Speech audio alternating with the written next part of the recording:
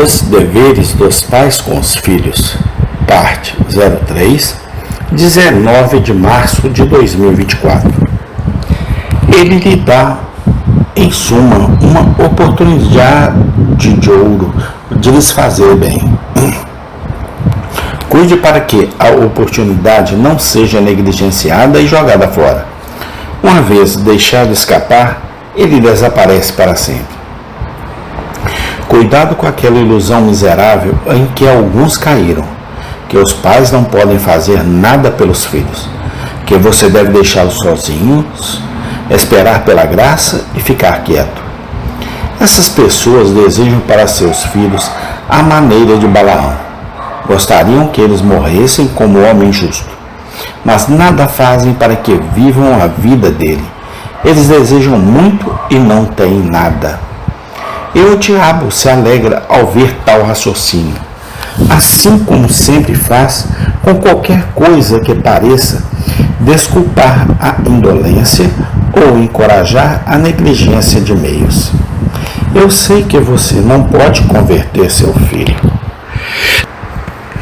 Sei bem que aqueles que nascem de novo não nascem da vontade do homem, mas de Deus. Mas sei também que Deus diz expressamente: instrui a criança no caminho que deve andar, e que ele nunca deu ao homem uma ordem que não lhe desse graça para cumprir. E sei também que o nosso dever não é ficar parado e discutir, mas avançar e obedecer. É apenas no futuro que Deus nos encontrará. O caminho da obediência é a maneira pela qual Ele dá a bênção. Temos apenas que fazer como os servos foram ordenados na festa de casamento em Canaã: encher os potes de água com água, e podemos deixar com segurança que o Senhor transforme essa água em vinho. 4. Treine com este pensamento continuamente diante dos seus olhos, que a alma do seu filho é a primeira coisa a ser considerada.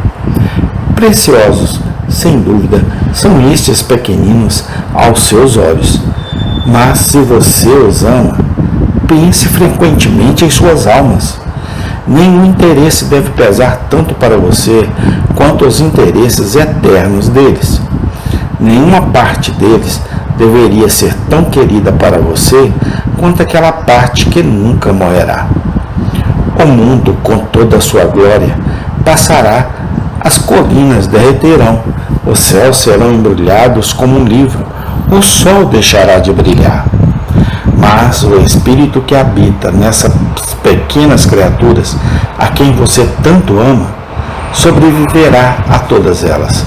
E se na felicidade ou na miséria, para falar como homem, dependerá de você.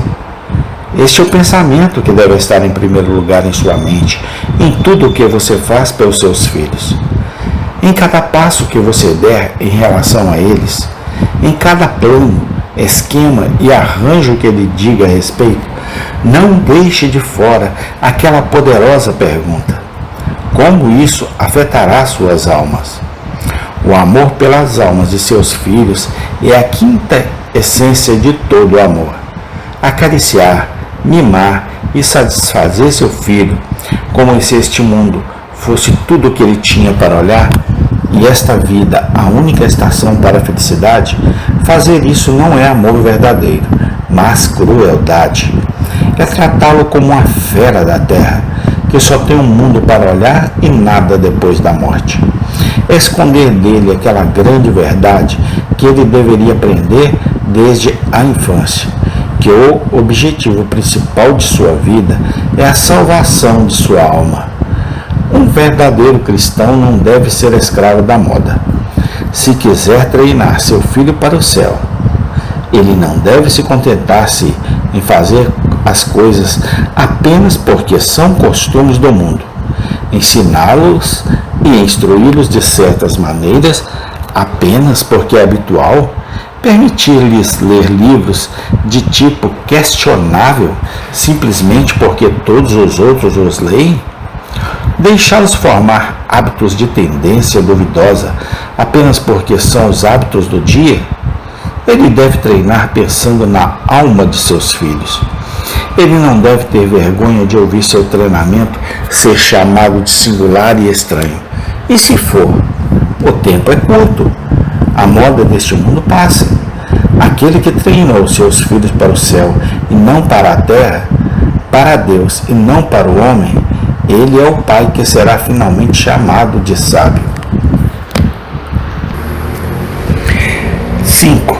Treine seu filho no conhecimento da Bíblia. Você não pode fazer seus filhos amarem a Bíblia, eu admito. Ninguém, exceto o Espírito Santo, pode nos dar um coração para deleitar-se na palavra. Mas você pode familiarizar seus filhos com a Bíblia. E tenha certeza de que eles não poderão se familiarizar com este livro abençoado tão cedo ou muito bem. Um conhecimento profundo da Bíblia é a base de todas as visões claras da religião. Aquele que está bem fundamentado nisso, geralmente não será considerado vacilante e levado por todos os ventos de nova doutrina. Qualquer sistema de treinamento que não faça do conhecimento das Escrituras a primeira coisa é inseguro e doentio. Você precisa ter cuidado neste ponto, agora mesmo, pois o diabo está por aí e os erros abundam. Encontram-se entre nós alguns que prestam à igreja a honra devida a Jesus Cristo. Existem alguns que fazem dos sacramentos salvadores e passaportes para a vida eterna. E da mesma maneira podem ser encontrados alguns homens que honram mais o catecismo do que a Bíblia, ou enchem as mentes de seus filhos com livrinhos de histórias miseráveis, em vez da escritura da verdade. Mas, se você ama seus filhos, deixe que a simples Bíblia seja tudo na formação de suas almas, e deixe todos os outros livros caírem e ficarem em segundo lugar. Não se preocupe tanto com o fato de eles serem poderosos no catecismo, mas sim com o fato de serem poderosos nas Escrituras. Esse é o treinamento. Acredite que Deus honrará. O salmista diz dele: engrandeceste a tua palavra acima de todo o teu nome.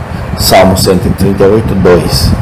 E penso que ele dá uma bênção especial a todos os que tentam magnificá-la entre os homens. Certifique-se de que seus filhos leiam a Bíblia com reverência. Treine-os para considerá-la, não como palavra de homens, mas como é na verdade. A palavra de Deus escrita pelo próprio Espírito Santo, toda verdadeira, totalmente proveitosa e capaz de nos tornar sábios para a salvação, por meio da fé que está em Cristo Jesus. Certifique-se de que eles leiam regularmente. Treine-os para considerá-lo o alimento diário de sua alma, como algo essencial para a saúde diária da sua alma. Eu sei bem que você não pode fazer disso nada mais do que uma forma, mas dá como dizer a quantidade de pecado que uma mera forma pode restringir indiretamente. Veja se eles leem tudo. Você não precisa estar em apresentar qualquer doutrina a eles. Você não precisa imaginar que as principais doutrinas do cristianismo são coisas que as crianças não conseguem entender. As crianças entendem muito mais da Bíblia do que podemos supor. Conte-lhes sobre o pecado, sua culpa, suas consequências, seu poder, sua vileza. Você descobrirá que eles podem compreender algo disso. Amém. Tem continuação. Obrigado, ó Pai. Até aqui, as tuas bênçãos têm chegado a nós através do Senhor Jesus Cristo. Amém e amém.